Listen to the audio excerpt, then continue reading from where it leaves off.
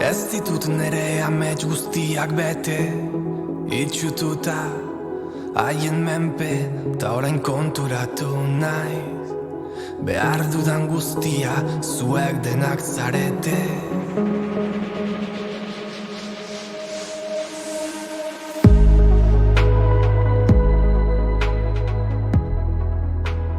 Artxibo bizirik bat da Marino Goñi. Anekdota pilatzen ditu musika diska bezalase.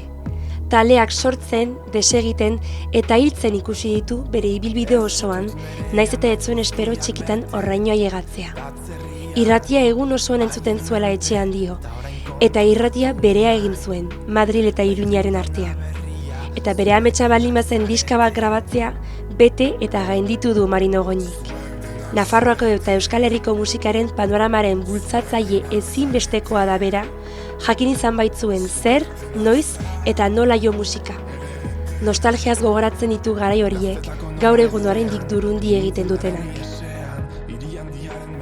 Bueno, Urbata garai hartan zen herri bat, oso gertu zegoen Iruñan, baino herri bat, baziren behiak, baziren baratzak,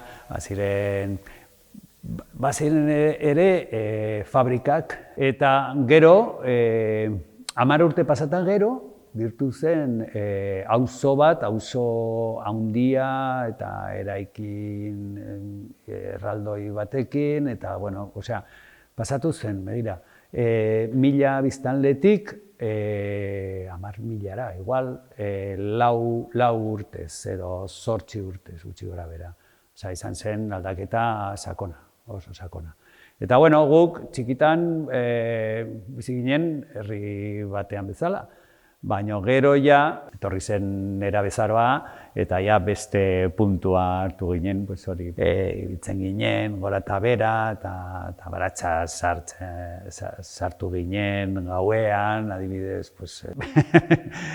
hacíamos el mal, gutxi gora bera. Familia zen oso musikala, oso zaletasuna musikala, edo zein lekutan, edo zein momentutan kantatzen genuen, eta beste etxeetan igual hitz egiten zuten, beste gauzak nire etxean, komentatu genuen, nola zen Misa de Angelis edo miserere bat elizan. Momentu bakarrak zen musika entzuteko, musika ona entzuteko elizan. Eta gero hasi ziren festivalean eta hori eslaba zinean adibidez, eta gero Iruñan hasi ziren festival, diskofiliaren festivalak, Teatro Gaiarren, eta hori zen beste aldaketa, eta gero oso importantea zen momentu hartan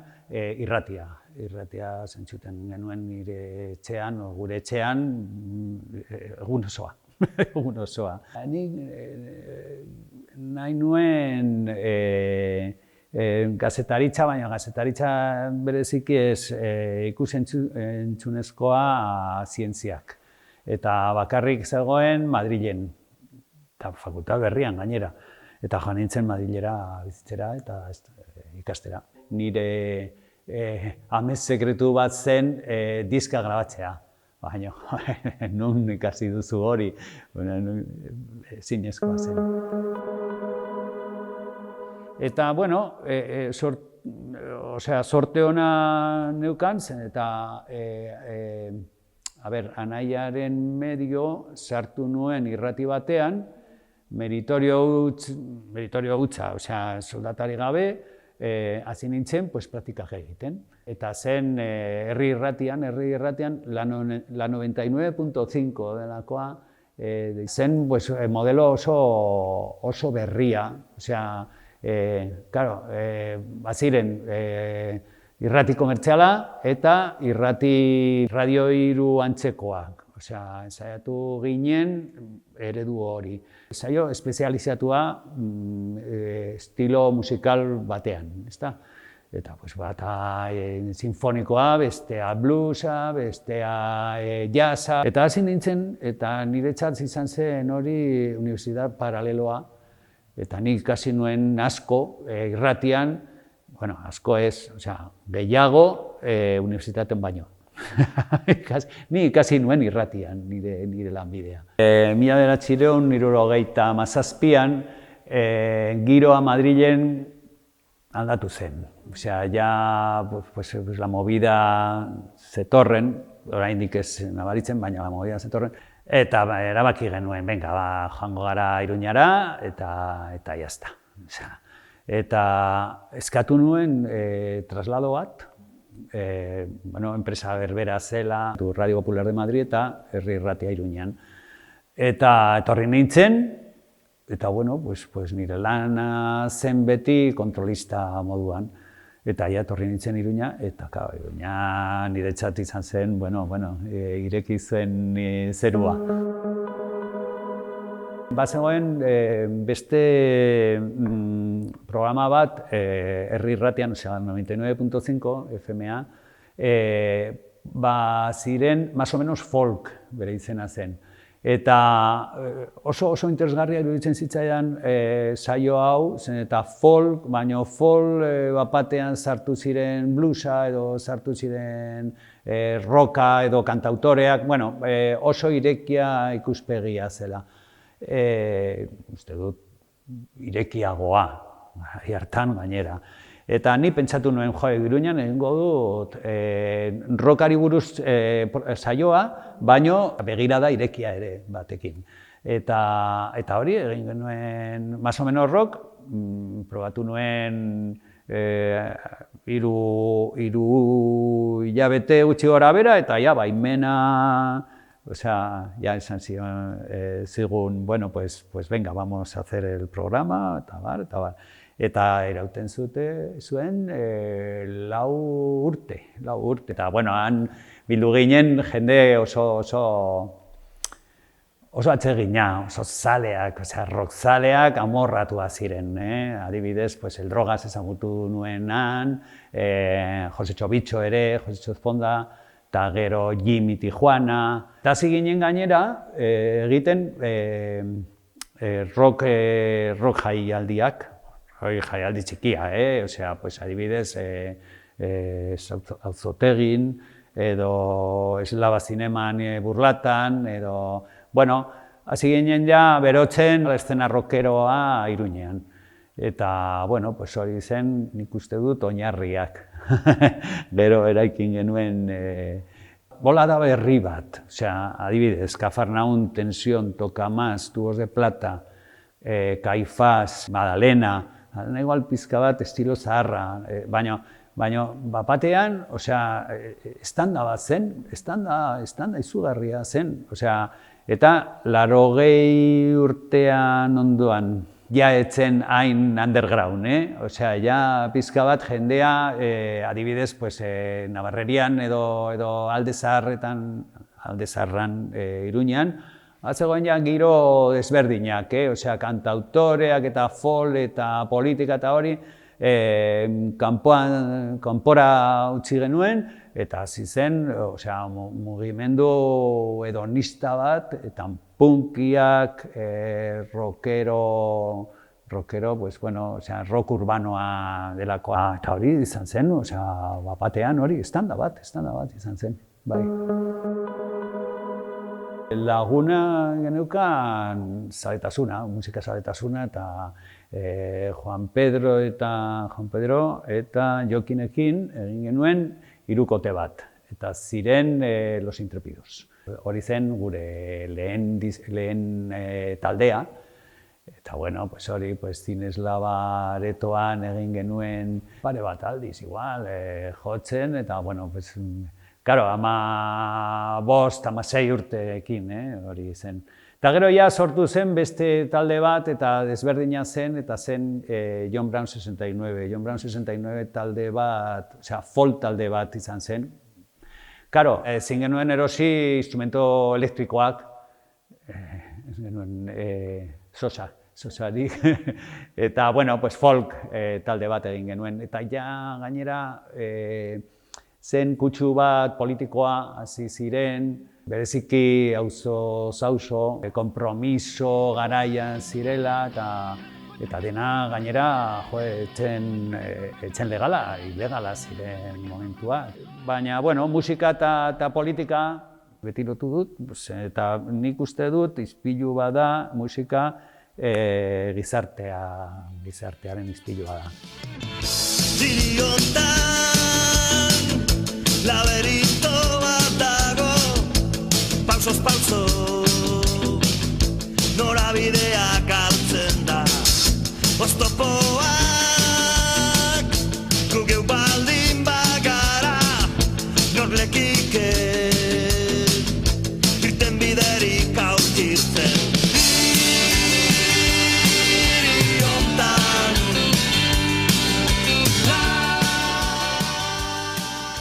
Joan nintzen irratitik, eta bazen arazo familiar bat, eta geratu nintzen lanari gabe.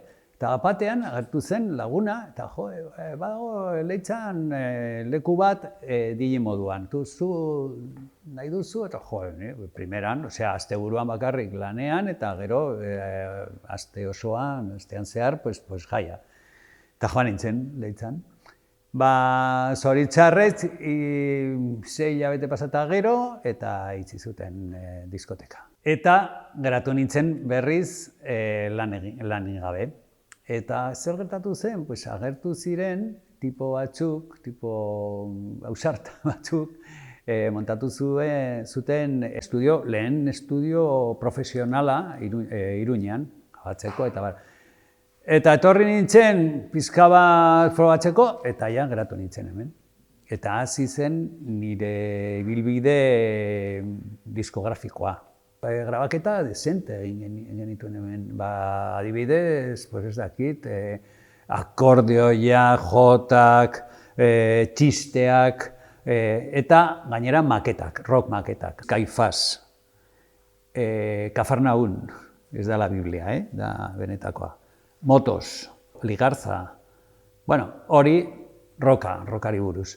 Eta gero, ja, konturatu ginen, zin genuen ongi egin diskak hemen, eta ja barrikada lehen diskarako joan ginen Donostira. Donostira hori zen Tsunami Estudioan, Hondarribia kalean. Eta han ja hasi nintzen, barrikada eta gero La Polla Recordsen lehenengo diska bai, bi lehenengo diskak, gero Ertzaina, gero Kortatu, gero El Disco de los Cuatro, hori da Cicatriz, Jotakie, Kontusi eta Kortatu baita ere. Eta gero ja aldatu ginen Elkar estudiora, ja utzi genuen, aldatu ginen, soinua desagertu zen, eta oihuka montatu genuen, sigilu berria montatu genuen, oihuka. Eta oihukan hasi ginen, Belladona, Potato, Tijuana in Blue, Delirium Tremens, ez dakit ja, Anchas Castilla, Fiebre, Malos Tratos, eta bar. Eta hori ja zen, bilbide, luzea, ez hain luzea, 5 urte gutxi gora bera. Eta ja utzi genuen ere, oihuka sigilutik, eta montatu ginen Anaia eta Hirurok gor, baina espiritua zen ia berbera, Nafarrok espiritua zen lehena. Eta gero ja soinua kutsatu ginen, soinuei hori rock and rolla, eta soinua hasi zen folk edo folklore sigilua bezala. Eta guk ekarri genuen kutsu errokeroa, eta barrikadarekin, eta La Pollarekin, eta gero Ertzainarekin adibidez izan zen arrakasta itzela. Euskal rock musika izan zen, ez dakit, epifania bat edo lako zerbait. Ertzaina baino lehen, eta Ertzaina pasata gero, izan ziren beste mundu bat Euskal rock musika. Antzekoa zen beste garaian ez doka mairun, Ertzainak baita ere. Ertzainaren hitzak edo letrak, ziren edo zein gauza, oso zuzena, oso bortitza, oso konprometitua, ez zai gustatzen hitza, baina hori zen. Eta pues bere garaiko gaiak, eztabaida gogorrari buruz hitz egiten zuten. Oso gogorrak, oso punkiak, bere jarrerak, denak, baina partikularki Josu Zabalaren jarrera izan zen, oso gainera.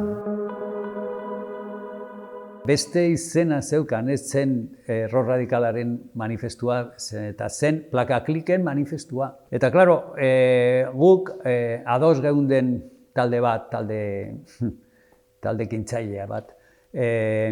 Ados geunden, gure momentuan zela edatzeko mezua rock and rolla dator Euskal Herrira, eta euskal rock and rolla izango da la bomba. Etzen kasualitatez, egoera soziala eta musika harremana estua daukate, hori argi dago, eta hori esan nahi genuen. Hori manifestu bat esateko hori. Osea, soziologikoki eta musikalki elkar egon garela, ez da? Hori da mezua. Ez nuen espero hainbeste reakzioa, bai taldearen artetik, taldearen reakzioak eta publikoaren reakzioa, eta bereziki kazetariak eta jende hori, ez zuen ulertu ongi mezua. Eta gero gertatu zen oso gertu beste kanpaina bat, eta zen musika eta martxa eta borroka kanpaina. Eta martxa eta borroka kanpaina erori zen oso gaizki beste indar politikoentzat. Eta hori dena nahasmeaz egin zuten, eta montatu zen Kristoban. Baina izan zen arrakasta itzela. Ez bakarrik hemen Euskal Herrian, Estatu Espainolean, Txilen, Argentinan, Mexikon, Estatu Batuetan, Alemanian, Italian, eta aitzindariak izan ginen. Ez dakit nola, baina aitzindariak izan ginen. Adinarekin geunden eta pentsatu nuen, egingo dugu gure kabuz historiak. Gure kabuz, heldua garela, behar dugu egin gauzak gure kabuz.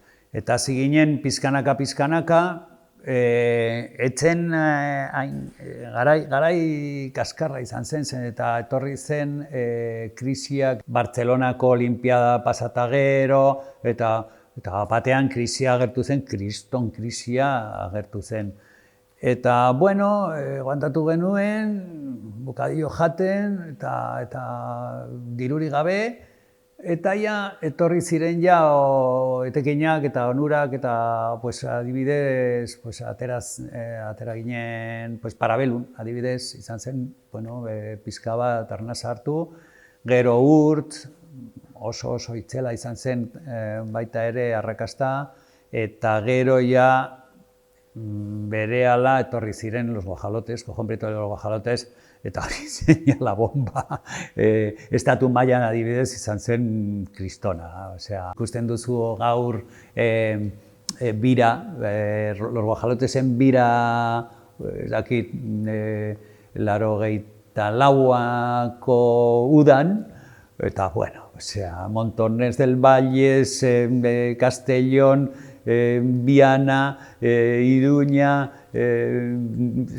Belautza, denetatik, eta han, eta hemenkan, noski, Katalunian aldera, adibidez, Aragoian, Espainia aldean, Madrilen, ni egon nintzen behin Madrilen, eta izan zen kristona kontzertua, eta ensaiatu gabe gainera, los Guajalotes no ensayaban nunca. Hori espontaneoa zela. Musika espontánea. Lapoiaren Recordsen lehen diska grabatu pasata gero, zegoen ja errepikatzen fabrikan, eta ni oso orduri nengoen, eta hartu nuen kaset bat, eta jaisten nuen El Pamplonikara, Pamplonika tabernara, eta jarri ezazu kasete hau. Eta jarri zuen kasete hau, eta lehengo, salve, eta ni harrituta, eta jendea pasatu zen, denetatik, salve, eta gero, creo que es Porno Nación, eta gero ez dakiz, denok temazos. Eta ja, laugarren abestia sonatzen zegoen, joan nintzen tabernariri, eta esan nion, kendu kaseta, hori da, porrota egingo dugu, eta joan nintzen etxera, oso deprimitua, hori izango zen frakaso dela hostia, no? Eta gero zen kontrakoa, erabat kontrakoa. Eta zu gogoratzen duzu, ni ikusi nuen lehen aldiz Lapoia Recordsen, hostia, kriston taldea zela. Baina, ja, sartuta prozesuan, eta hainbeste egun eta hainbeste ordu grabatzen eta errepikatzen, eta ja galdu duzu iparra. Bizitza da. Ostras, igual ez dakit medikuak oso bokazioa sakona daukate, pues nik baita ere. Eta ez musika berezia, musika orokorrean, musika hau. Hitz egin dugun musika, pues hori da nire bizia.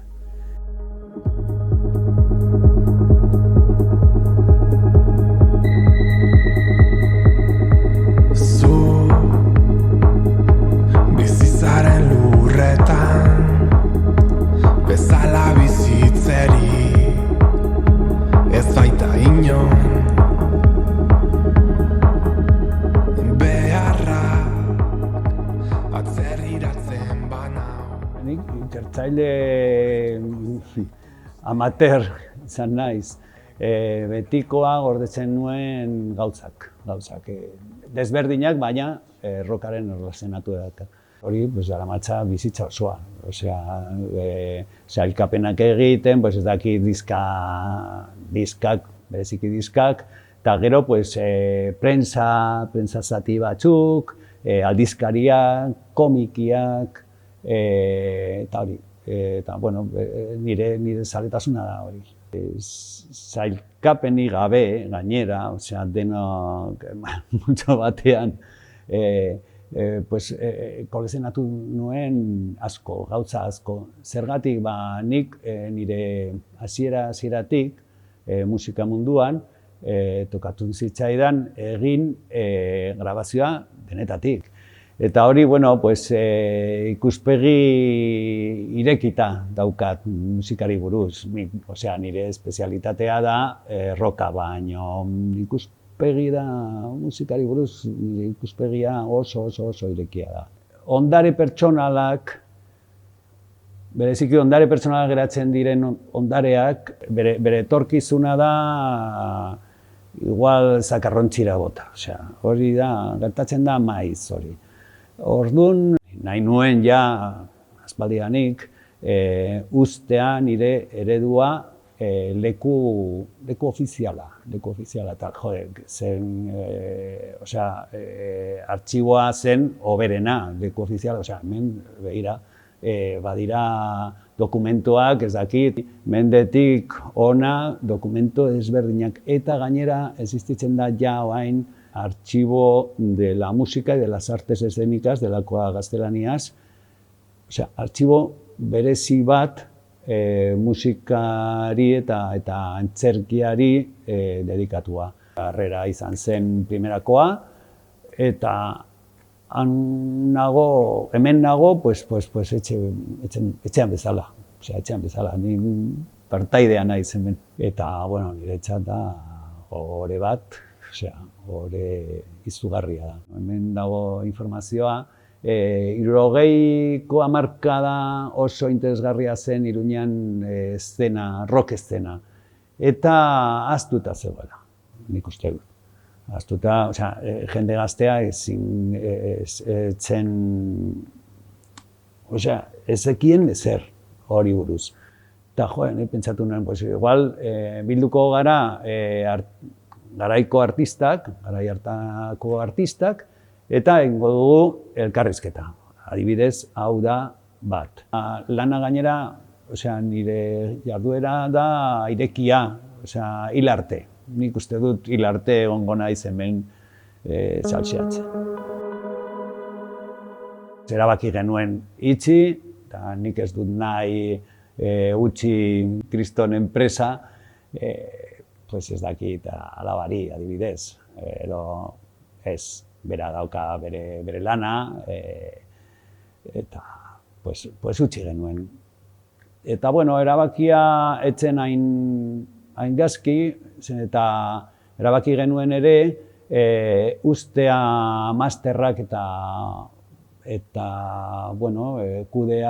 kudeaketa artistaren eskuetan. Guk egin genuen gure garaian lana, eta orain jubilatua garenez, jubilatu arruntan. Nahi dugu izan, oso pozik gaude gainera, erabaki hartuta.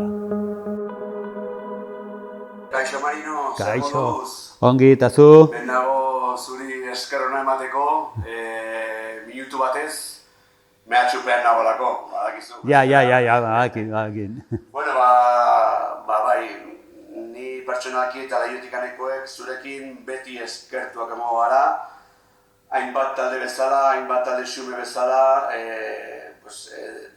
iragarri zenuen eszenarekin, eta beti kontrara joan zarelako beti, eta igual hegemonikoa ezen mobideekin beti zuko hartzen zinen ongi, beti zuko hartzen neukan aditasun berezi bat. Eta nire kasuan, badakizu, zerbait pertsonala izan dela, gozatu dut gorrera juten zurekin kafeak hartzen, eta orain jubilatuen paseotxo horiek ematen ere asko disfrutatzen dut. Bai. Muxo handi bat, eta haupa zu, eta gora beti Marino. Haupa. Eskerrik asko, Gorka. Egon ginen ikusten Leiotikaren kontzertua, eta oso ona dira Leiotikan, bai. Eta lagun onak dira, bai. Claro, Gorka beti da hunkigarria. Bai holtzan gainean eta bai hemen ondoan, ezta? Eta oso primerakoa da. Ez, mira estu, ezagutzen ez duzuna.